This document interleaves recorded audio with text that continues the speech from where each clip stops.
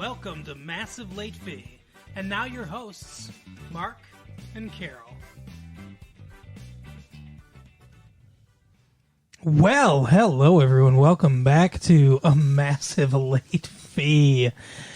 My name is Mark. With me as always is my girlfriend Carol. How you doing, Carol? Hey, what's up? How much? It's been a good week. It is September 22nd, 1995.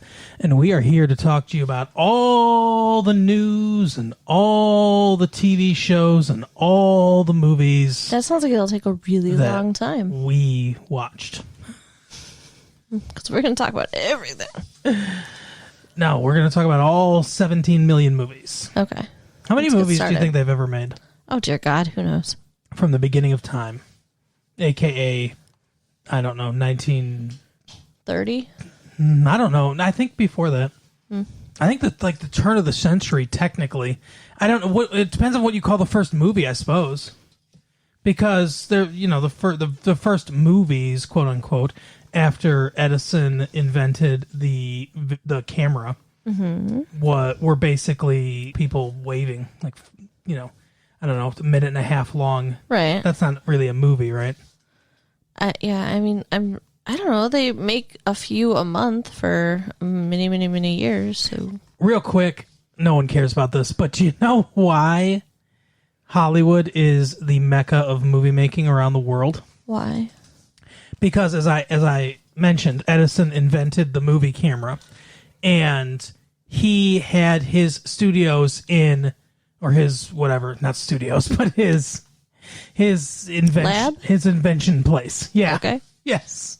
In Menlo Park, New Jersey. Okay. Nowhere And- near Hollywood. Right. And people said, you know, the movie industry or the entertainment industry was based in New York, right by New Jersey. Okay. That's where Broadway was, still is, obviously. Most everything came out of there. And they wanted to use this invention, but he had a patent on it. And he's like, no, you can't. You got to pay me money to use it. And they were like, well, we don't want to pay you money. We just want to steal it and use it. So they were like, well, how can we just steal it and use it? Let's move all the way across the country. Wow. Because back then, the legal system and the way lawsuits worked, everything was way slower. And him trying to, like, he tried in vain for years to sue them from New Jersey in California and just... Wow. Yeah. That's terrible. So basically, Edison, who wasn't the best person in the world from things I've heard, but he got totally screwed out of his patent for the movie camera. Huh. Yeah. I wonder whose idea that was. I don't know. They should be in trouble. Let's say that it was that guy that made Birth of a Nation, that racist movie. Okay. D.W. Griffin. So yeah, he should burn in hell either way. Yeah, he's going to. Or he already is. Anyway, so news this week. Speaking of guys that probably aren't or maybe will burn in hell, I know JFK Jr. is on Murphy Brown. Can you believe it? No. That's right. Murphy Brown grabs the fall season publicity stunt prize Well, that's what we should have watched for the show then. by landing Darn it. John F. Kennedy Jr. for a ballyhooed cameo appearance on tonight's season premiere of the long-running CBS sitcom. And this begins by saying, female drool alert. What do you think of JFK Jr.? He's cute. Yeah? That's it. I don't really think Okay. I'm not like obsessed like all When's he these gonna other run for president? women are. Hopefully never. The Kennedys had their time, they're done. Oh, wow. The Kennedys had one presidency. And they're done. Lee Harvey Oswald, or a conspiracy of many people, made sure of that. It sounds like you were involved. Yeah, they're done now. We took care of that. No, I mean, I don't like it when there's multiple generations in a family that are president. I don't. Well, it's only happened once. And I don't like it. John. And I don't think it should So when happen John again. Quincy Adams became president in the 1830s, you were like, I don't like it. I'm This just is too much like an aristocracy, Mr. Adams. Yeah. I support Andrew Jackson. Shut up. I just don't think it's a good idea. All right. All right. No, but as far as JFK... If any president's sons ever run for, or daughters, I guess, ever run for that'll happen. president of the United States, you won't vote for them then? No, probably not. I mean, it depends. It would depend on who they're running against, obviously. I mean, if it was somebody completely despicable, then I would vote for anyone else. All right. Sounds good. Vote against despicableness. Yes. That's our firm political stance here. Speaking of political stances, noted political person. No, I don't know. What? Noted author with some political ideas, Michael Crichton, has written a sequel to his very popular novel, which was made into a somewhat popular movie, Jurassic Park. He's written a sequel. It's called Lost World. I'm very excited to read it. Apparently, it focuses on Ian Malcolm, a.k.a. Jeff Goldblum. I'm sure there's no... The fact that Jeff Goldblum was the breakout star of that movie has nothing to do with it. That everyone loves his thing. Well, Go faster. Must go faster. Do you really think that the novelist cares what people thought about the actor in a movie? Maybe. I mean, that seems like a really dumb way to write a book. Like, he didn't write Jurassic Park thinking, hey, Jeff Goldblum is going to get cast in the movie they're going to make. And he's going to be the breakout. Transylvania 5000, I want him in it. Right. The Fly. No, I didn't. I'm not saying that he was, but I'm saying that the fact that he was really popular might be an influence. Well, if it is, that makes me sad. I'll tell you. He should be focused on the creative process and not fame and fortune. I totally agree with you. But this movie and this book, in my opinion, did not need sequels. What? I can't wait. I can't wait to read the book. I can't wait whenever they make a movie. It's going to be awesome. It's a completely self-contained story. Who cares? Like, what's going to happen? But I want more. It's like whenever you get to the end of a really good book and you just want more. Like, doesn't that happen? Like, you finish the book and you're like, damn, no, I don't want it to be done. Yeah, but then I move on to something else. But what if you just get more? Look, I know since we're dating, you're used to getting just more, but... I get as much as I want. Yes, I do. I'm just saying. So, Stephen King. Yes. There's a good example. I love Stephen King. I know you do. When I read one of his books, he's a person... I don't think he's written any sequels. Or not any... Well, he's... The Dark Tower, but that's a series that he's writing. But other than that... Because he's written 3 of those. Other than that, I don't think he's written a sequel to any of his books. So it's like when I read The Shining and I finish The Shining, right? I'm like, good book. Yes. But I'm not like, I want a Shining 2. It's not... What happened to Danny when he got old? Listen. Did he also become crazy? I read The Shining also, and I didn't have that feeling of I want more when it was done. It was a great book. Some books are great, and they're fine on their own. But some...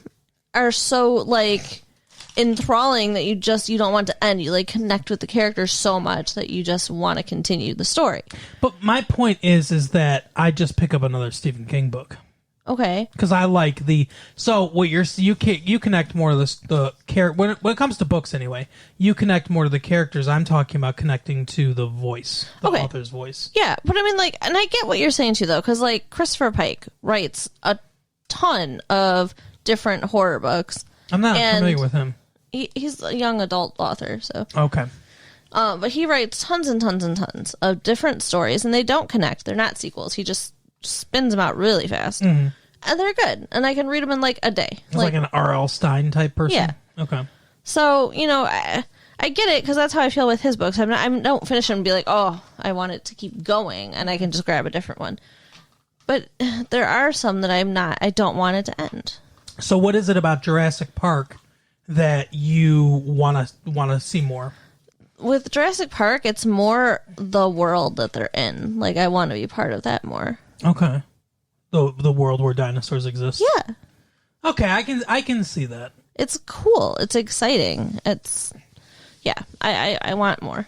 I assume by the title of Lost World, I assume it's like people going back to the island. The park's been destroyed basically because of all the stuff that happened in Jurassic Park, and it's just this one island off the coast of, I can't remember what country, Costa Rica. Yeah. Off the coast of Costa Rica. Isla Nublar. Yeah, which just has dinosaurs roaming around on it now. That's so crazy. So like wild, like a King Kong type thing, almost like, you know, where they find him in that like jungle place. Yeah, something has to happen though, because I mean, really, they should have just died off.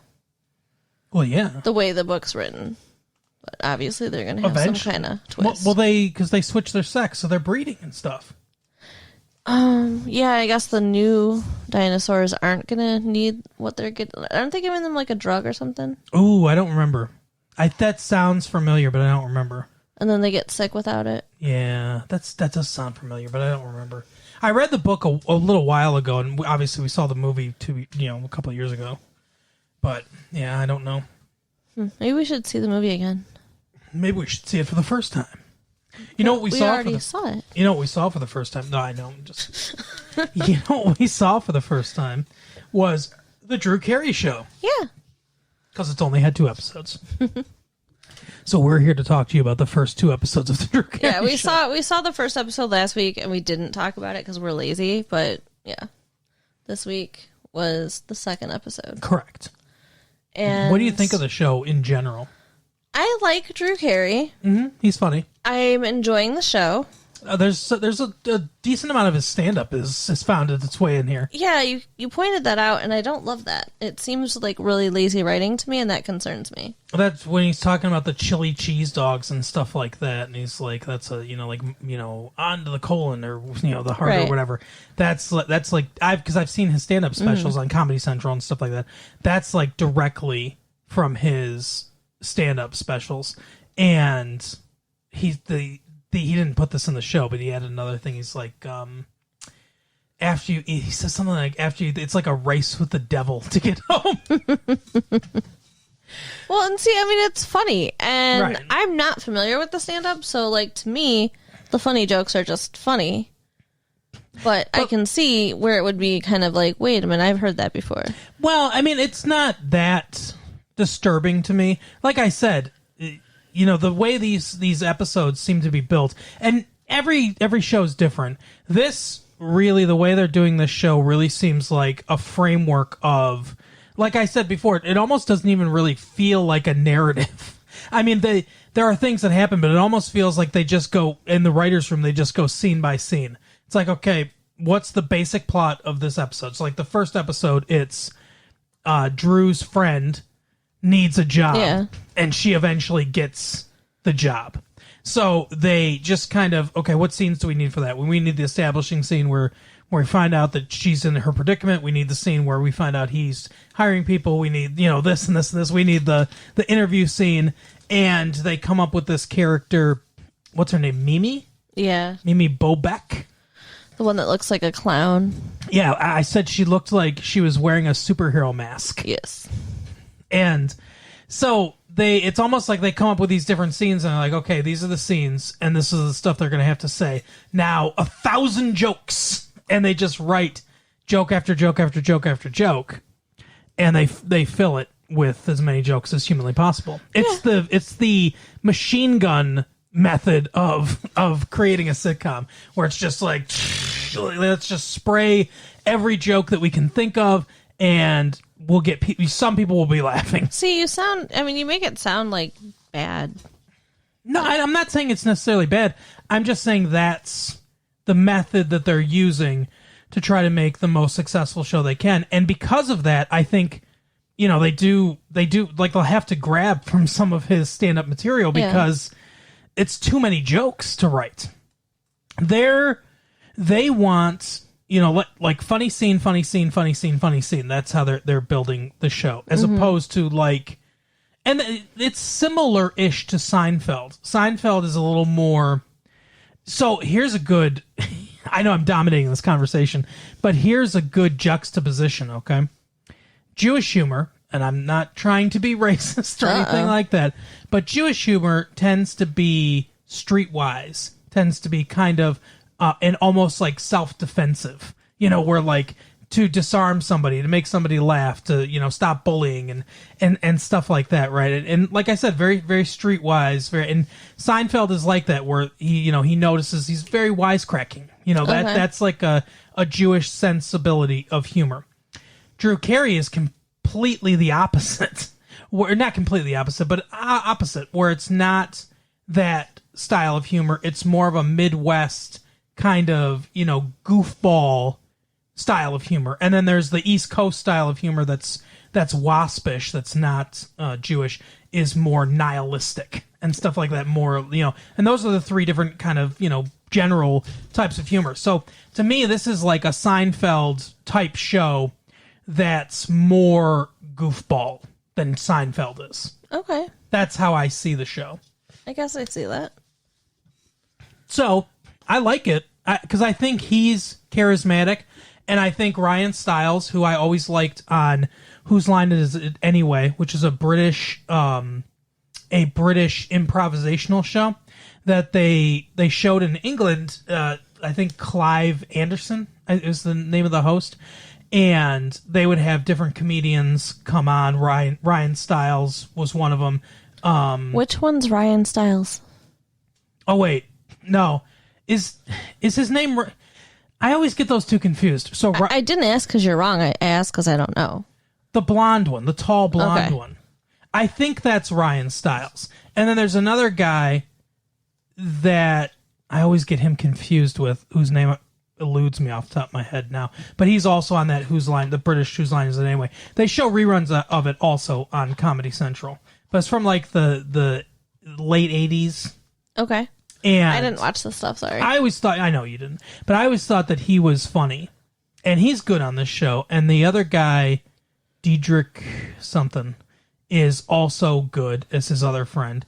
And then the girl is good. Who plays Kate? Kate Oswald and Lewis in the show. Okay, yeah.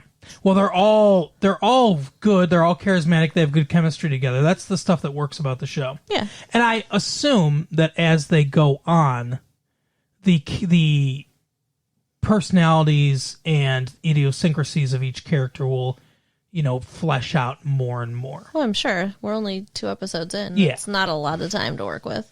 So that's, and that will be the determiner if this show succeeds or not, is if these actors can fully realize and flesh out their characters or not. So, pool table in the backyard, though? Yeah, weird. Why? Why would anyone do that? I assume just it's because like I said, it's goofball. It's goofball humor. It's like, hey, what would be a funny idea? Oh, this guy wanted a pool table, but he doesn't have a house big enough to put a pool table in his house. So he just puts it in his backyard like a goofball would. Right. And now leaves get all over it. It rains on it, but he doesn't care. You know how unrealistic that is?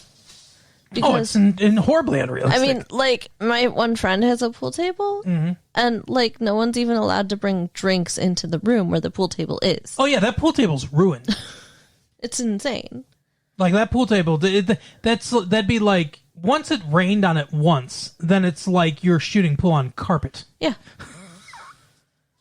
yeah, I don't get it, but whatever. Yeah. It's just a goofy thing to do. Like I said, that's what the show is. It's goofball, and it's rapid fire jokes, which is fun. It's funny. That's what you said about Friends too. It was rapid fire jokes. Well, that's basically just throwing things at the wall to see what stuck. That's what they do, though. That's what a lot of shows.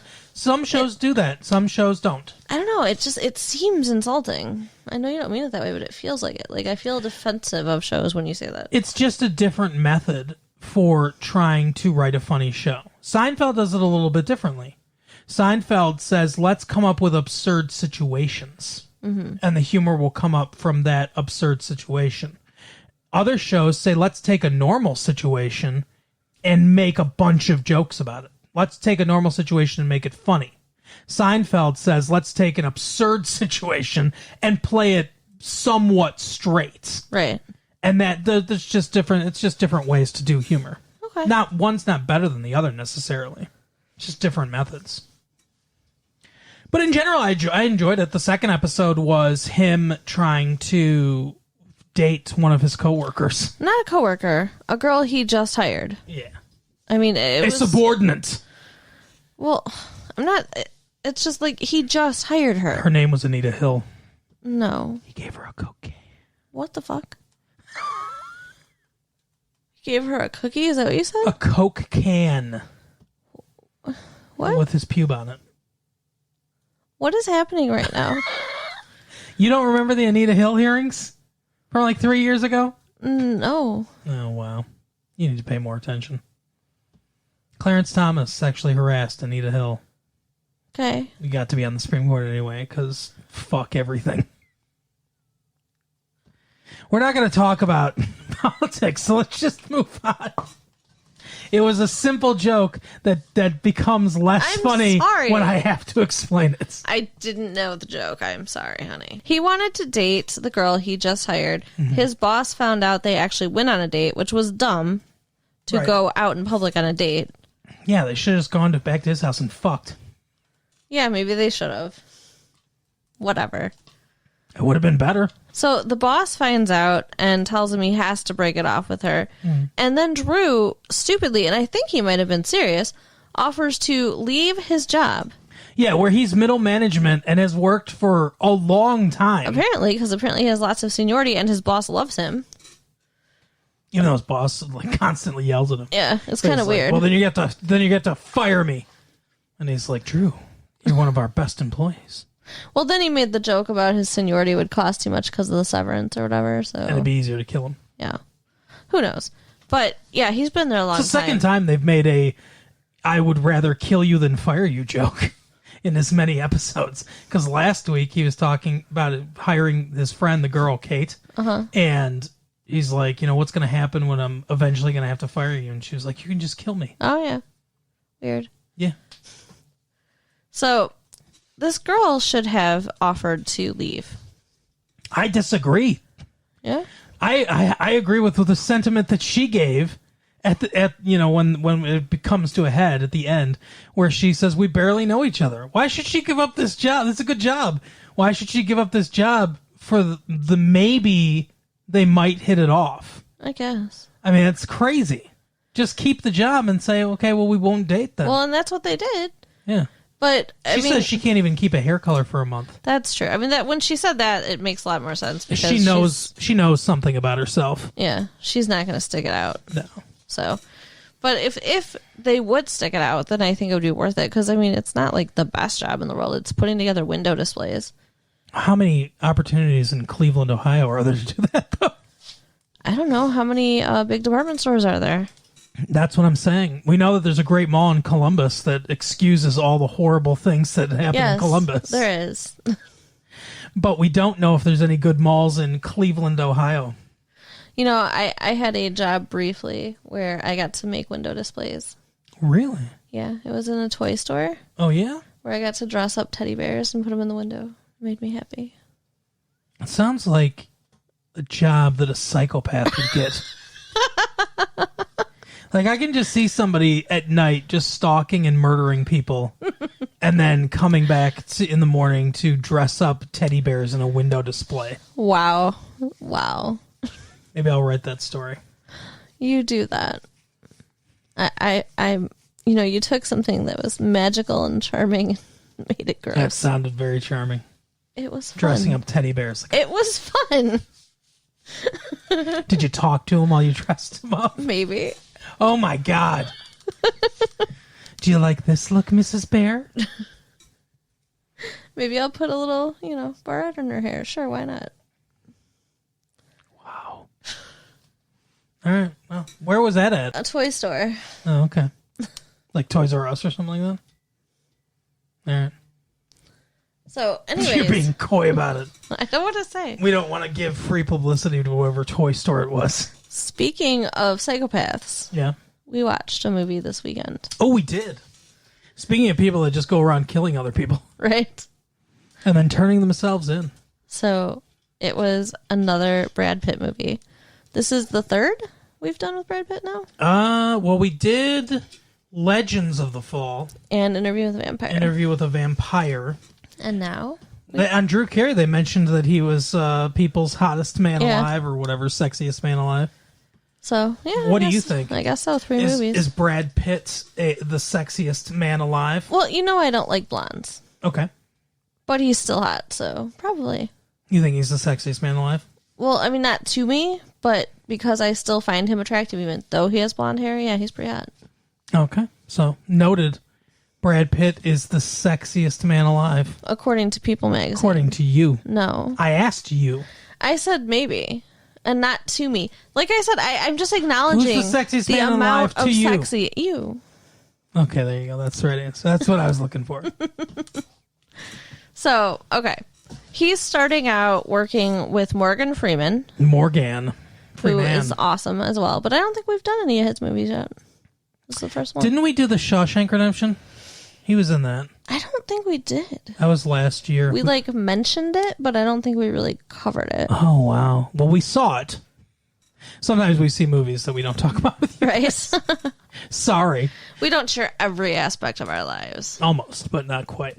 But yeah, we saw that, and he was in that. I guess we didn't cover it, though. And I'm trying to think of other movies. I mean, he was, Driving Miss Daisy, I remember that, but that was before we even started the show. Yeah.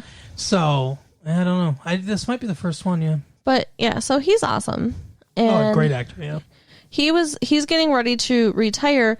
Now, I don't totally understand what department they work for. Homicide. But Brad Pitt's character said that he worked for Homicide for 5 years before he came to this position. And they were talking about how he fought to get there and stuff. Like, where? He transferred from upstate New York to New York City. New York City. Oh, okay. So it wasn't a transfer of, like, department or a promotion. It was just changing location. He fought to get into New York City. That sounds really stupid. I think that's what Morgan Freeman was right. That's Morgan Freeman. Well, yeah, it worked out for him. That's Morgan Freeman's point in the movie is that he'd never heard of that. Yeah, never heard of anybody fighting to get into New York Homicide.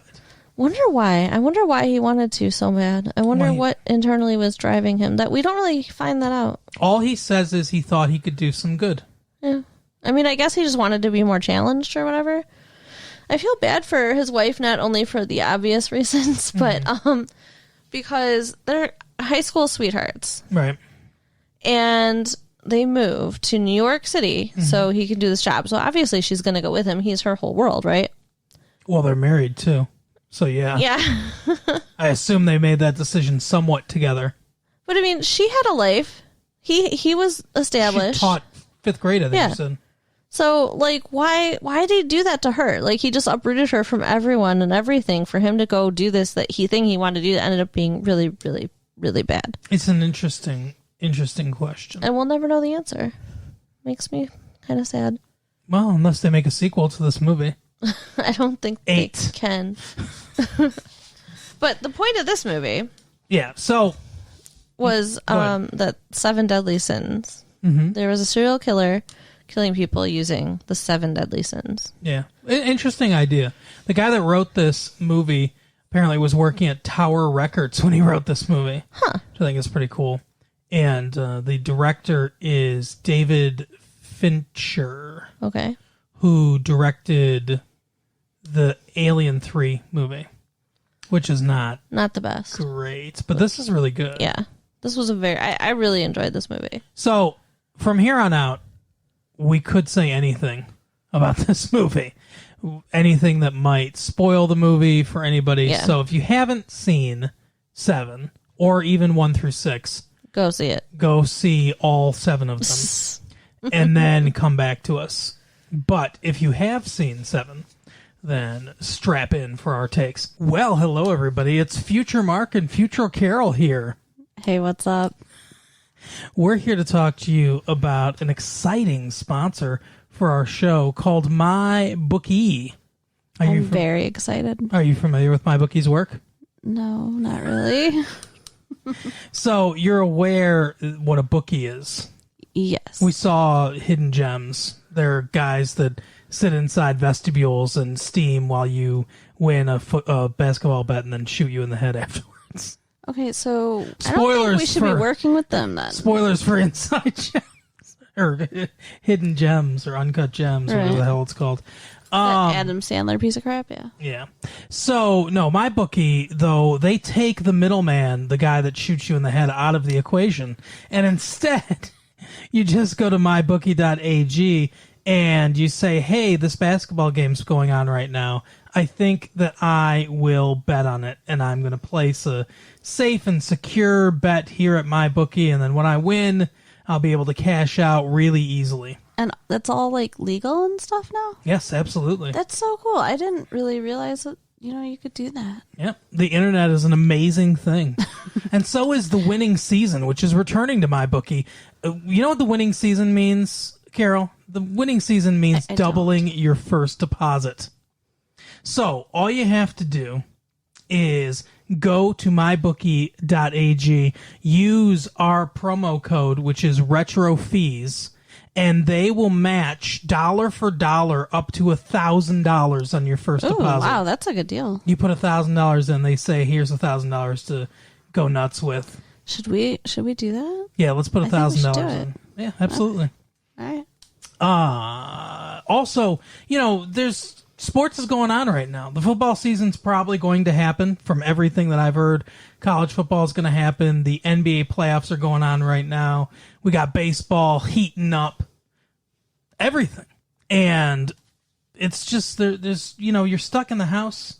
You're not driving all the way to the casinos, which aren't open, or they are open, but they're not supposed to be open. Or you Or have to they're in your social buddy's distance. basement right now. Do you want to avoid coronavirus? Sit in your house and bet. watch sports and go on mybookie.ag? AG. Yeah, that's right. That stands for always good. Now, if you sign up and you make your first deposit and they give you that dollar for dollar thing, you will be able to be eligible for a free entry into the famed MyBookie Super Contest. So to play this contest, all you have to do is pick 5 NFL games against the spread to have a chance at $100,000 guaranteed in cash prizes. That's not that hard. My friend Ben and I, when we used to live in Vegas, Carol and I used to live in Vegas, but this was actually before we lived in Vegas. He lived in Vegas twice. Yeah. We used to do that. We would bet. It's called a parlay, and we'd bet against the spread. And sometimes we'd pick 5 teams. Sometimes we'd pick 10 teams. The more teams you pick, the bigger the payouts. 5 teams is actually not super hard. Ben and I have both done it before. Okay. The best part is MyBookie has thousands of bets to choose on, from the full NFL slate, the NBA playoffs, live betting to championship futures, which is betting on, I think the Tigers are going to win the World Series. Okay. Right? Sure. I don't, but sure. Every play you want to make is waiting for you at MyBookie. It is simple. Make your picks, win big, collect your cash. Well, that does sound simple. Yep. I think you would need to talk to me quite a bit about all this different sports jargon first, but all you need to know is to use the promo code RetroFees and double your first deposit. It's a no-brainer. Yay. Back to 1995. It's so much better there. So Morgan Freeman plays Somerset.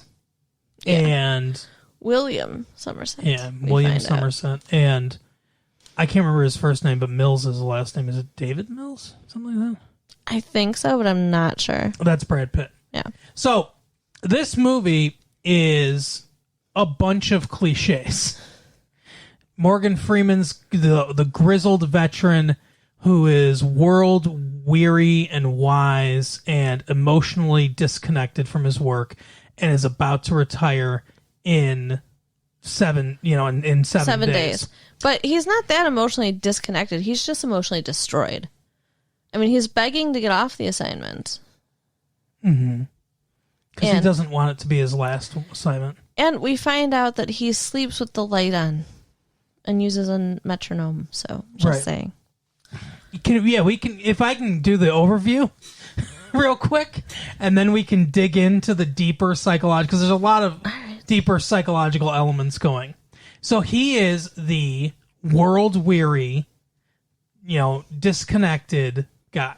Okay. And Brad Pitt as Mills is the fiery, hot, don't play by the rules kind of rookie cop. Even though Right. he's not really a rookie, but, he's new to this scene. Yeah. And got the captain or whatever, that appears very briefly at the beginning of the movie. He's got a couple scenes in the beginning of the movie. He's not in the movie much. His dialogue's basically like, make it work, Yeah. There's a murder going on, all that stuff. So the whole movie is based on a bunch of cliches, but it works. Yeah, it's not cliched. No, and I think part of it is the writing. I think part of it's the direction, which is why I mentioned the writer and the director up top. Part of it's the acting, because Brad Pitt and Morgan Freeman, who are very good together, bring a lot to the movie that I think maybe doesn't even necessarily exist on the page. Like, I think they elevate. Yeah. I think they both elevate what could be underwritten characters. I agree. Yeah, I mean, they bring so much to everything. They're both very talented. And it goes in places that are not cliche. But the setup's very cliche. And I think it's almost done on purpose to give us a kind of false sense of security of, like, this story. Yeah. But then when you get, because, it's dreary, it's always raining in New York, like they're in Seattle or something like that. And you get to the first murder, which is pretty disturbing. Oh, yeah. And then it just kind of goes bananas from there. And I think that's kind of the shock factor of the movie is a big part of it. The twists along the way are a big part of it. But I think, like I said, the direction to me is one of the stars here, because a lot of and I'll get technical just for a very small segment here, but a lot of it is pretty standard stuff where, like, medium two shots and close-up shots, reverse shot with dialogue and stuff like that. A lot of it is so that, like, the bones of the movie are pretty standard kind of camera movements, camera placements, things like that. But then there are times, like when they go into John Doe's apartment and everything, where the camera, they're taking the notebooks they find, Morgan Freeman specifically, Somerset, is picking up a notebook, looking at it and everything. And the camera kind of goes, it comes from the bookshelf, right? And it kind of slowly pans to him, goes up to him reading the book. The camera looks like it's creeping around. Yeah. Almost like it's from the killer's point of view, but we know the killer's not there. We know it's not from the killer's point of view. But it's very voyeuristic, the camera in this movie, and it's like I said, it's creeping around the edges, and it gives a really unsettling feeling. And I think that's another big part of the reason why this movie works as well as it does. It's very good atmosphere. Obviously, the tone's consistent the entire way through, but it's very good atmosphere. And another thing that I like about it, before we get to your thoughts on it, but another thing that I really like about it is that it's not a mystery.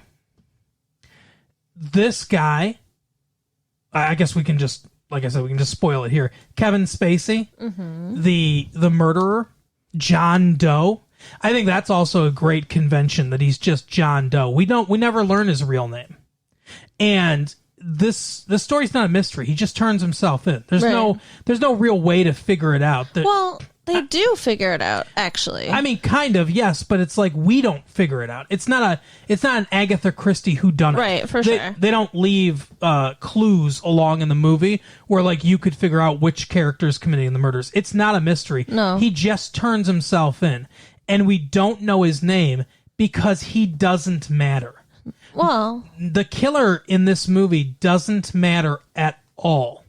The crimes themselves matter, and the detectives matter, and everything in their peripheral life matters.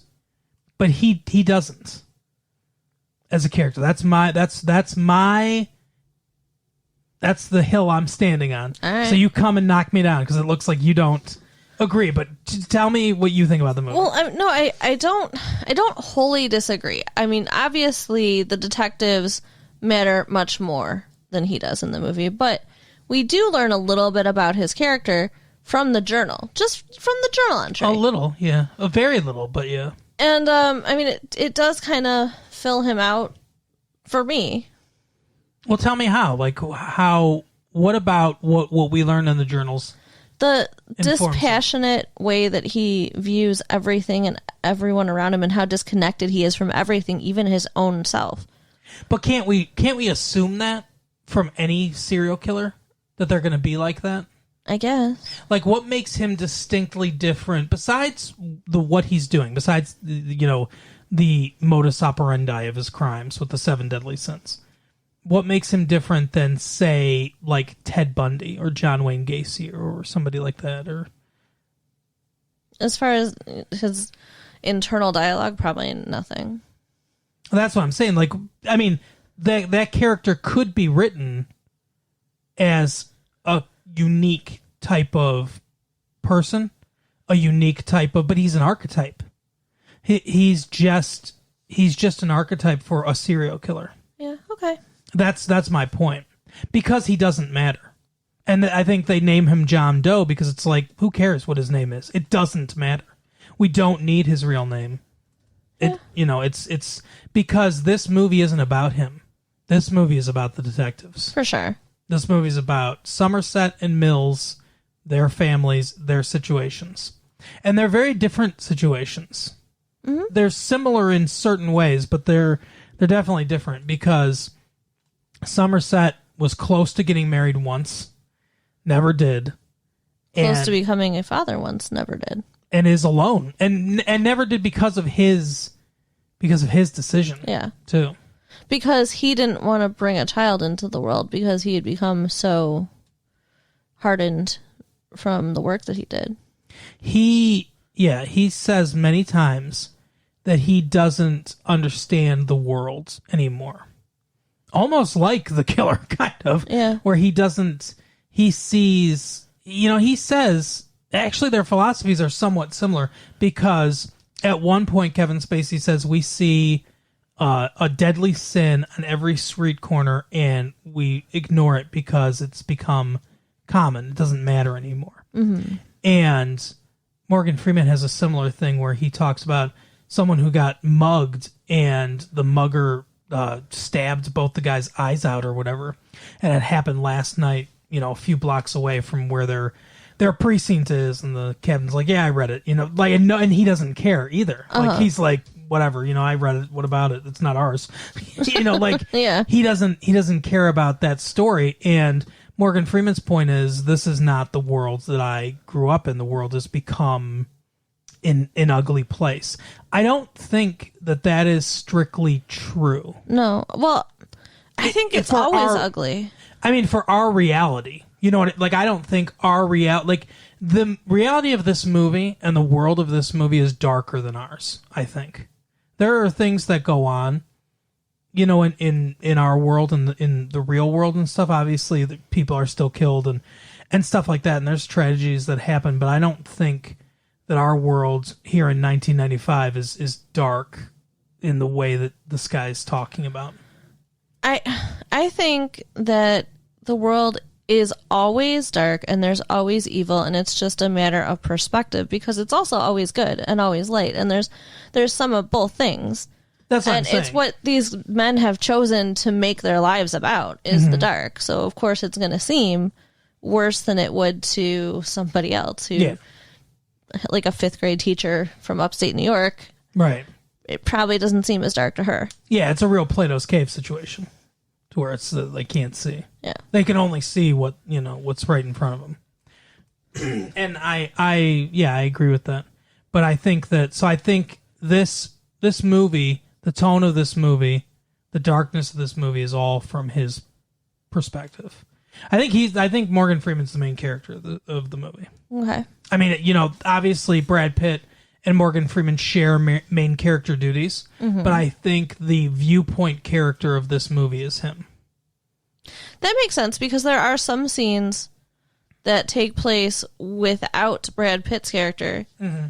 But I don't think there are scenes without Morgan Freeman's, or if there are, there aren't very many. I mean, I can't think of any. I don't think so either. That maybe one. Because I mean, at one point, even Brad Pitt's wife talks to Morgan Freeman, and they go off by themselves to talk. Yeah, to the cafe. She says so weird. She says she's pregnant. It's still weird to me. Like we haven't really discussed this, but she's lonely. She doesn't know anybody there. Mm. And she just decides to like force him into the friend role for her, but stupid. Like, I'm sorry, but call your mom or something. You're gonna be my friend. Maybe her mom's dead. Oh, that's sad. Maybe her mom got her head cut off. It's actually genetic. But yeah, so somebody check on Blythe Danner. That's Gwyneth Paltrow's mom. Mm-hmm. Okay. Famous actress Blythe Danner. Gwyneth Paltrow hasn't been in much.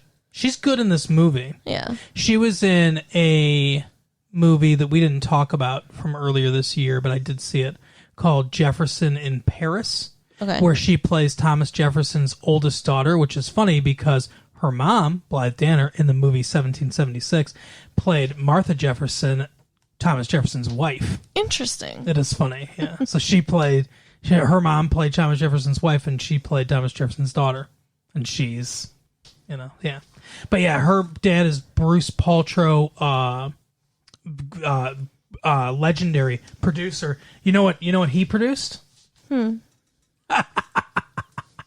I see how you got nervous. Well, yeah, you're putting your hands on buttons. He produced one of, I'm not going to play it, but he produced St. Elsewhere.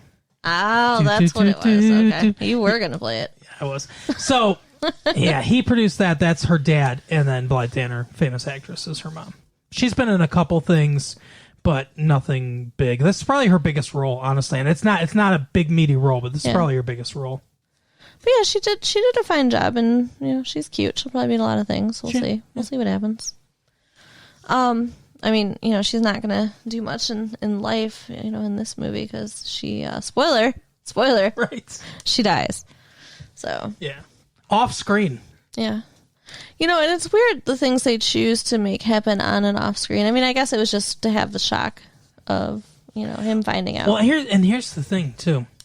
This is how effective the movie is, okay? And this is another thing that I think is brilliant about the movie.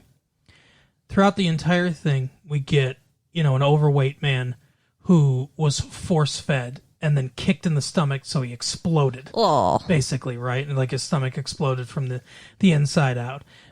We get a guy that was bled, to death. And No, not just bled to death. Forced to cut a parts pound of flesh. Himself off. Right, on a scale of justice. Oh. We get a woman who was, we don't see this really much either. No, yeah, they don't talk, I mean, they don't show us the woman at all. No.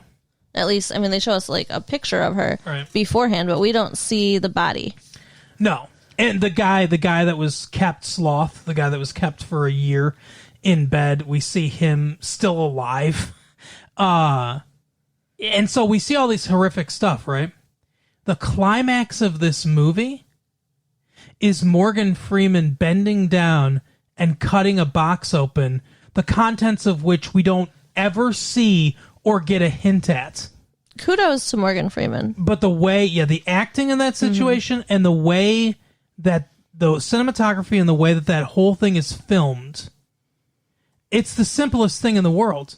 They're out in the middle of nowhere, and it's a box. The prop is an empty box. I mean, maybe they put, like, sand in it or something like that, or maybe they put a prosthetic in it. I doubt it. I doubt they went to the trouble of making that. We don't even see a wisp of hair, nothing. You don't see anything inside that box. So there's all these horrific images, and the climax is the simplest, most bloodless thing to film. Just Morgan Freeman in a box. And then Brad Pitt saying, "What's in the box?" Oh, God.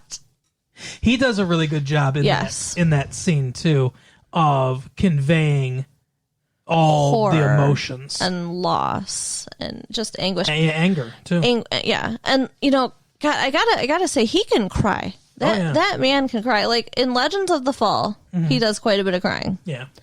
And in this movie, loses another wife in Legends of the Fall. And in this Is Brad movie, Pitt he does cursed to every wife that he has in movies die? I don't know. Interview with a Vampire, he lost that girl. Yeah. Did he cry though? I don't think he cried.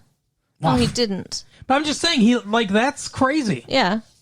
But I really wonder, like, if I ever got a chance to, like, interview Brad Pitt, like, if I had one question, right? If I had one question, it would be, like, where do you go in your brain to make yourself cry like that?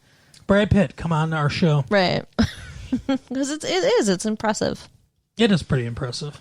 He's a good actor. Yeah. So yeah, but, you know, that's interesting. Like I said, that's interesting to me. No, I got a question. I'm sorry, go ahead. No, go ahead. I got a question for you, though. Mm-hmm. End of the movie, his wife's head is in a box. Right. So this asshole killer tells him that I think is saying he raped his wife, or at least tried to, before he killed her. And because he says he went to try to play husband to his wife. I don't think he did. Nothing about his character. I think he just like, hey, honey, you know, I'm reading the paper and stuff like that. Nothing about his character suggests to me that he has any kind of sexual interest.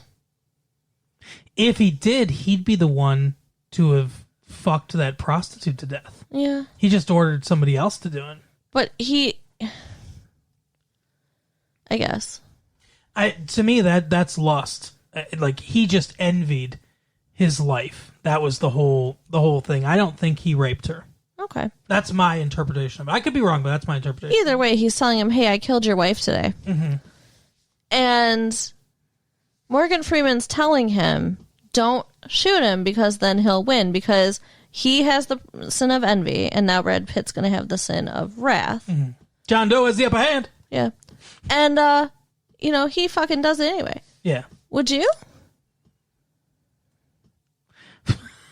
Well, his face conveys all of it, because he says it to Brad Pitt, and he says, "Oh God," and it's like, it's Sophie's choice, right? Because it's like, fuck this guy, I want to make him pay. Mm-hmm. I guess I don't. That's a hard question to ask. If you ask me, in the right now, emotionlessly, where I can sit through and think through it logically, I would say no.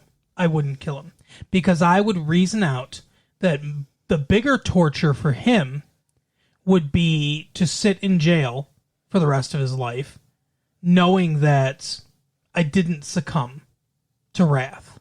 Yeah. But then, if you think about it, it could be like a Hannibal Lecter situation, True. right? Where he's in jail, right? I could totally see, and this could have been an alternate ending to the movie. I could totally see him being in, Kevin Spacey being in jail, and then Brad Pitt coming to him and him being like, "See, lesson learned. You rejected this," and he still would have won. Ugh. You know what I mean? You know what I mean? Almost more insidiously, he would have won, because he could take like the moral high ground. I taught you not to, we see a sin on every corner and stuff like that. You have evolved now because of me.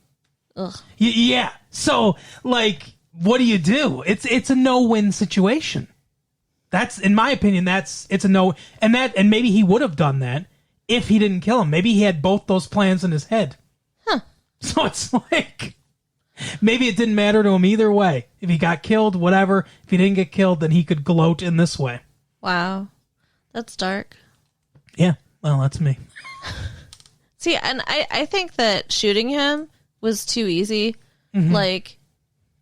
I would have wanted to torture him more. I would have wanted to, at least to hit him. I mean, pulling the trigger of a gun, that's not releasing much as far, Unfortunately, there's nothing he could do.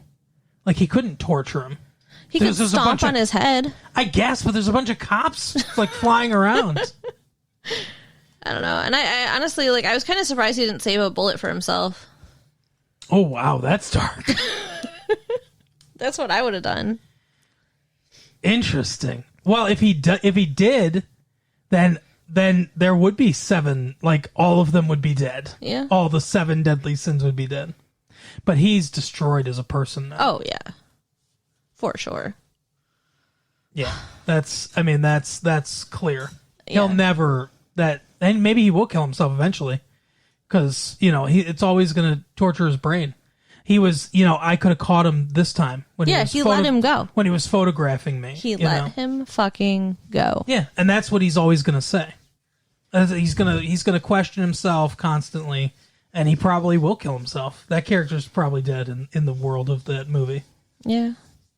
That's sad. Yeah, the whole thing is it's a downer, depressing movie, but it's a really good movie. That's the point of it. It's not supposed to be happy, and there is no happy ending to a movie like that. No. Morgan Freeman says he'll be around. Do you think he's still going to retire? No, I don't either. I think he is not reinvigorated. That makes it sound like this got his motor running or something. But I think he's like, I need to do more. Yeah. I think if he had been allowed to retire before this case, he might have been able to retire with some sense of peace. Mm-hmm. But now it's like he doesn't feel like he's done anything to make the world better because it's still so bad. Yeah, agreed. It's the whole thing. Like, we just dig more into it, and it's more and more sadness. How did you feel, like, physically when you left the theater? I mean, I felt wrecked. Yeah. Like I was like literally nauseated. Like it's such a ride, that movie. It's very good though. It is. It's worth seeing. Just be prepared. Yeah, it's not happy. Don't take your grandma to this movie. No. Come on, Nana. Let's go watch Se7en. It's about the 7 dwarfs. This is psycho-y. Definitely worth seeing. Kevin Spacey was good in this too. Yes, for sure. He hasn't been in a ton either. I mean, he was in that. We saw Outbreak. He had a role in that. Yeah. He's good at playing like assholes or like psycho kind of people, like bad people, like people with bad morals. He's good at playing very like straight and cold. Yeah. Cold. He is cold. Yep. But anyway, so that's the episode for this week. Carol, why don't you tell the people what they need to do? So you can write us at latefee1994@AOL.com. Absolutely. Visit our website at retrolatefee.com. Do that too. Tell your friends, share the tapes, and give us the stars. That's right. We will see you next time. Bye. Bye.